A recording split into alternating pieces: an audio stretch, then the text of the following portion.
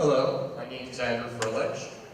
I'm a volunteer and editor-in-chief of a small international NGO. We report on humanitarian conditions in Yemen, which is at war. And we're able to do that independently using social media, and that's what I'm going to talk about here. So the problem we had to solve is how do you get street-level coverage of where you have armed conflict.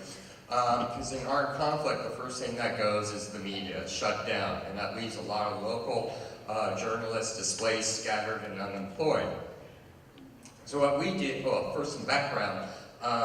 Yemen's been at war basically since 2011. It's been full-scale war since last year. Other parties have joined in, including Saudi Arabia, which is doing airstrikes currently on it. There's lots of combatants here. The Houthi militia, the former President Salih, armed forces loyal to him. It's Iranian-backed. On the other side, you have the current President Hadi, armed forces loyal to him. Again, Saudi Arabia doing airstrikes. Too bad. There's a lot of humanitarian issues. There are 13 million people who are food insecure, 6 million are facing famine.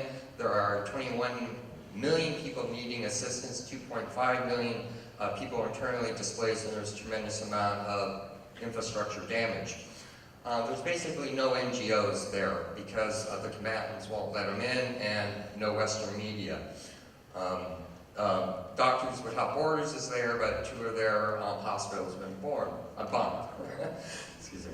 What we've done is we went out and used social media to find all the displaced journalists who used to work in Yemen.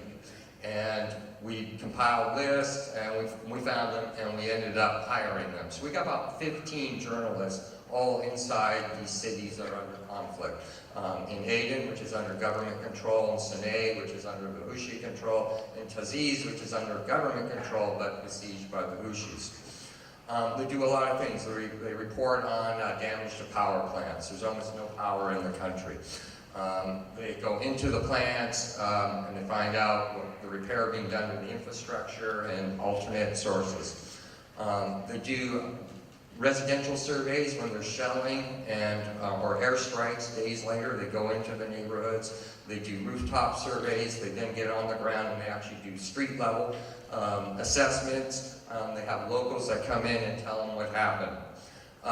They go into medical facilities. They work with the medical staff, which allows them to survey the status of the operating equipment in rooms, as well as what they're using for power. Again, food and water in a lot of areas is very scarce. They're out there interviewing families, people who are unsheltered on the street, and you'd be surprised how many children are roaming about doing what you would call adult jobs. They also survey fuel and electricity. There's a lot of growth in using solar, and little generators. When petrol does come in, there's long lines, and quite often people are armed when they go get their petrol. Schools and kids, most of the schools are shut down there. A lot of them are damaged by shelling and airstrikes, so a lot of schools are now reorganized in private homes run by former teachers and principals. They find them, they interview them, and talk to the kids. Our writing requirements is they produce articles for us. They're about 1,000 to 1,500 words. They're magazine quality. Everything involves street-level reporting. Our reporters are all unescorted, and that means they have to hide in plain sight.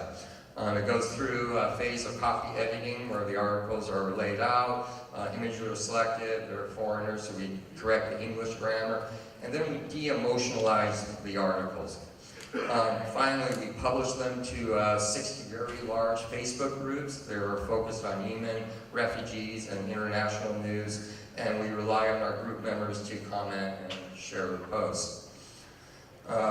So we're known as Team Sincere. Like I said, we're able to do what the other NGOs aren't able to do because we found these people, and they're able to operate unescorted, hiding in plain sight, and they're able to basically report everything that's going on. So I'm just going to close off this presentation with some thoughts for you to ponder, because this is how these people are living. So I'm just going to leave it at that. Thank you.